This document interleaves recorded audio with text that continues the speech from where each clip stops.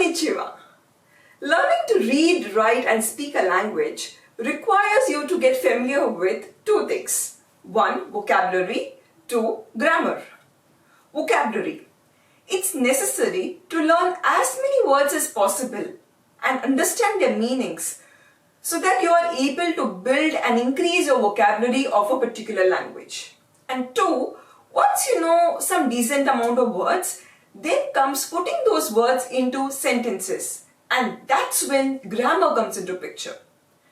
So, grammar teaches you the rules to put those words into sentences, connect them such that you make some meaningful sentences. Let's start today's journey of our Japanese language by learning vocabulary. Our first lesson in vocabulary. Let's start learning 4 simple words. I, you, he, she.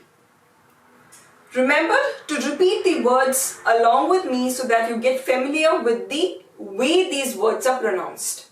I, watashi, you, anata, he, kare, she, kanojo. Let's repeat. I, watashi, you, anata, he, kare, she, kanojo. Let's see some sentences, very simple sentences using these words. Watashi.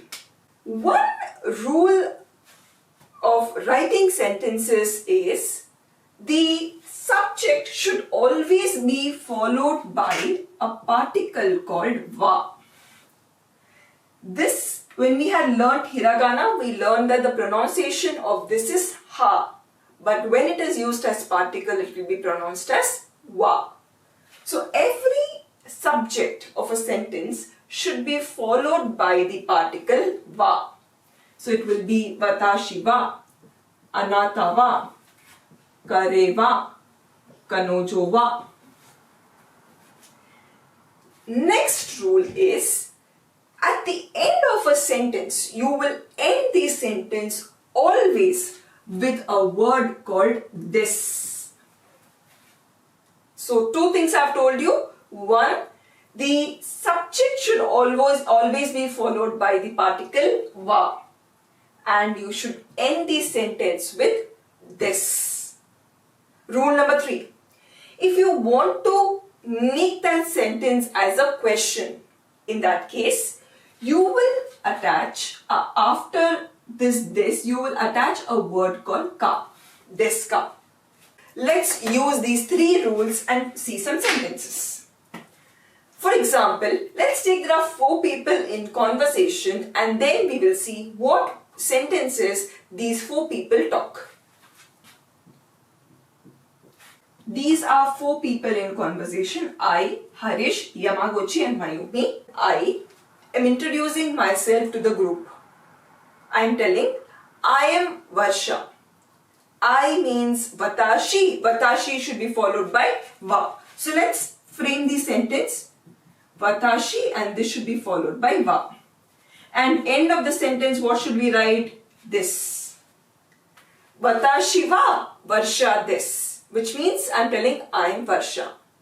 Please note, learning words along with their meanings, if you just sit down to learn the words at a stretch, becomes difficult for you to correlate the meanings and the words. The best way to learn vocabulary is to put them into some sentences, put them in a situation so that you're able to relate some things and memorize those words. Coming back to this, I am telling I am Varsha. What will I tell in Japanese? Watashi wa Varsha desu. I am asking him, are you Harish? This is the sentence. Are you Harish? It's like I know this person, I've seen him somewhere, and I just look at him and I'm surprised. Are you Harish? This is what I'm asking. Now, you, we would write it in Japanese as anata, followed by wa. Anata wa. And I'm going to end the sentence as a question, which means the end thing should be this followed by ka.